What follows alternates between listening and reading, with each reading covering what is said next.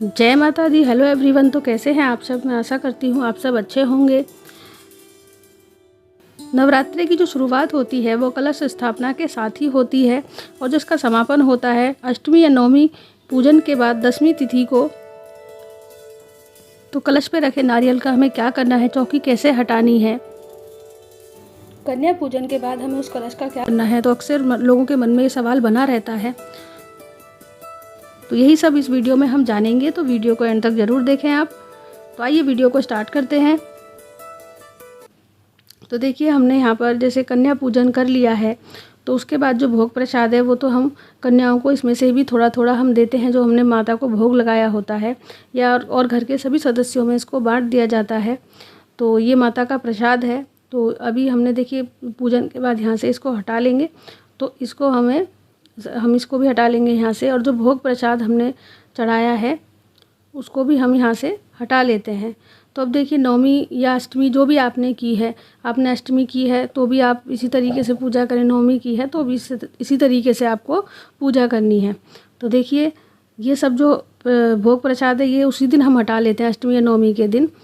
तो जो अगले दिन 10वीं को हमें ये चौकी हटानी होती है। तो देखिए अभी मैंने ये जैसे नवमी के दिन सारा सामान हटा लिया है, बस इतना ही सामान जो चौकी पर अभी आपको दिखाई दे रहा है इतना ही हमें छोड़ना है। तो ये सब हमें 10वीं तिथि के दिन हटाना होता है। नवमी के दिन हमें चौकी को बिल्कुल भी नहीं हिलाना है, न दिए वगैरह किसी चीज़ को नहीं हिलाना है। जो भी हमने सब चीज़ें रखी हुई हैं ये सिर्फ प्रसाद आप यहाँ से हटा सकते हैं। तो देखिए अब यहाँ पर से हम क्या क्या हटाएंगे। तो जो भोग प्रसाद है उसको तो हम घर के सदस्यों में बांट देंगे, जो भी आप पूजा वगैरह करते हैं। तो सबसे पहले देखिए हम यहाँ से जो फूल हमने चढ़ाए थे इनको हम यहाँ से हटा लेंगे। तो सारे फूल हमें हटा लेने हैं यहाँ से एक एक करके, जितने भी फूल हमने कलश पे रखे हैं या हमने जवारे जो बोए हैं वहाँ पर रखे, माता रानी के आगे जो फूल हैं, गणेश जी के आगे जो फूल है, तो सबको हम यहाँ से बारी बारी से हटा लेंगे। तो देखिए मैंने यहाँ से, तो देखिए इस बात का खास ख्याल रखें कि कन्या पूजन के बाद ही हमें कलश का विसर्जन करना होता है, चौकी को हटाना होता है। तो उससे पहले हमें चौकी वगैरह यहाँ से बिल्कुल भी नहीं हिलानी है। तो कन्या पूजन के बाद अगले दिन 10वीं तिथि के दिन ही हमें ये सब यहाँ से हटाना होता है।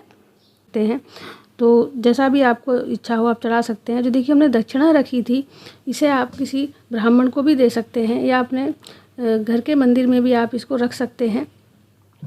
और देखिए ये मैंने जो श्रृंगार का सामान रखा है इसको हमें थोड़ा सा हमें खुद ले लेंगे, इसमें से 2-4 चूड़ियाँ या एक बिंदी का पत्ता, अगर आपने 2 रखे हैं तो 1-2 चीज़ें हम खुद ले लेंगे और बाकी का हम मंदिर वगैरह में किसी ब्राह्मण वगैरह को दे देंगे, ब्राह्मणी को दे देंगे या मंदिर में रख के आ जाएंगे।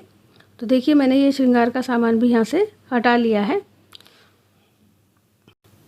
और ये जो श्रृंगार का सामान है इसमें से आप थोड़ी सी जो सामग्री है वो किसी कुंवारी कन्या को दे सकते हैं, जिसका विवाह वगैरह नहीं हो पा रहा है, उनको भी आप इसमें से थोड़ा सा श्रृंगार का सामान दे सकते हैं ताकि उनका विवाह जल्दी हो जाए।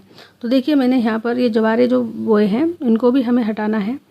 तो इसमें से जो जवारे हमने बोए हैं पहले से इसमें से हम थोड़े थोड़े से निकाल लेंगे, अपने घर के मंदिर में हम थोड़े से रख देंगे, अपनी तिजोरी में जहाँ पैसे वगैरह रखते हैं वहाँ रख देंगे, अपने पर्स में रख लेंगे, और अपने बच्चों की स्टडी वगैरह की जो टेबल है वहाँ पर रख देंगे, उनकी बुक्स वगैरह में उनके बैग में रख देंगे।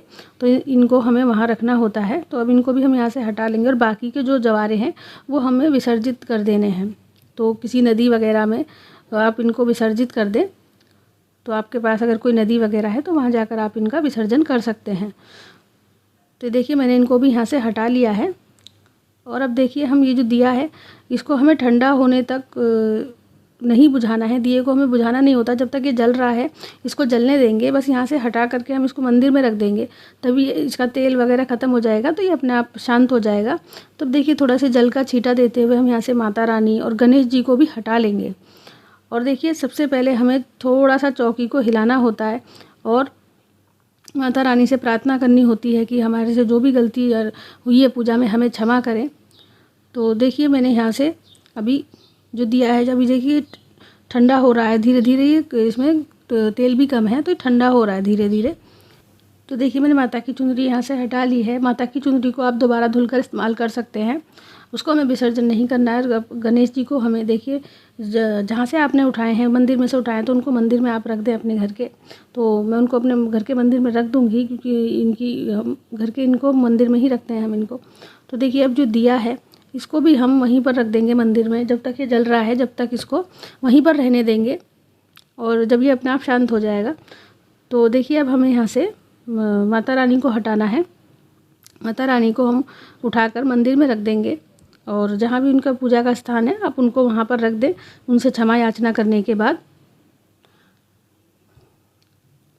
देखिए इस तरीके से धीरे धीरे धीरे धीरे जैसे ये कम होता जा रहा है तो अपने आप ये शांत हो जाएगा।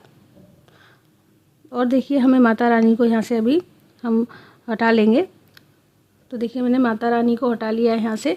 अगर आप विसर्जन करने के पर्पज़ से लाए हैं तो उनको विसर्जन कर दें। अगर आपकी माता अपने घर की हैं, मंदिर की हैं, तो उनका विसर्जन हमें नहीं करना है, उनको हमें अपने घर में ही रखना है। तो अगर आप नहीं भी लाए हैं, विसर्जन करने की इच्छा से लाए हैं तो ही विसर्जन करें। अगर आप मिट्टी की मूर्तियाँ लाते हैं तो उनका तो विसर्जन ही होता है, तो ये तो पक्की मूर्ति है, तो इसका तो हमें विसर्जन नहीं करना है। तो मेरे घर में ही है तो माता रानी, तो इनको हमें विसर्जन नहीं करना है। तो देखिए अब हम यहाँ से हमने सबको जल का छींटा दे दिया है, और हमने जो ये कलावा वगैरह है गणेश जी का, इनको सबको यहाँ से हटा लेंगे। अब देखिए मैंने ये वाली जो चौकी रखी थी माता के नीचे, इनको भी हम हटा लेंगे, और इनको दोबारा हम इस्तेमाल कर सकते हैं जो हमने कपड़ा बिछाया है। और देखिए अब बारी आती है सबसे मेन कलश की। तो कलश का हमें क्या करना है, सबसे पहले हमें देखिए कलश को हम यहाँ से हटा लेंगे, और उसके ऊपर रखे नारियल और चुनरी को अलग कर देंगे। तो और देखिए इसमें जो हमने ये पूर्ण पात्र भर के रखा था चावल, इनको भी हम यहाँ से हटा लेंगे। और देखिए जिसमें हमने आम के पत्ते वगैरह रखाए, इनको भी हम हटाएंगे। तो जो चावल हमने रखे थे कलश के ऊपर भरकर, इनको आप खीर वगैरह बनाकर खा सकते हैं। इनको हमें अपने घर में ही इस्तेमाल करना है। तो देखिए मैं इनको यहाँ पर रख दूँगी इनको, और इनकी हम खीर वगैरह बनाकर खा लेंगे। और देखिए जो चुनरी है इसको हम यहाँ से हटा लेंगे, और जिस पर जो हमने कलावा लपेटा है इसको आप घर के मुख्य द्वार पर बांध सकते हैं अपने, जिससे जो घर में नज़र वगैरह होती है वो नहीं आती है, जो भी कोई बुरी नज़र वगैरह होती है। तो आप इसके घर में जो मेन दरवाज़ा होता है वहाँ पर इसको आप लटका दें। और देखिए जो चुनरी है आप इसे किसी कन्या को दे सकते हैं।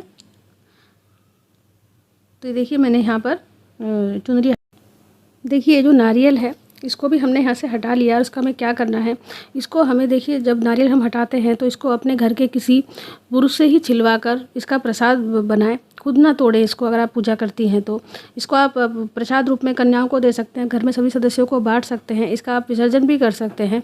और इसको आप घर के लाल कपड़े में बांध करके अपने घर के मंदिर या तिजोरी में भी आप इसको रख सकते हैं।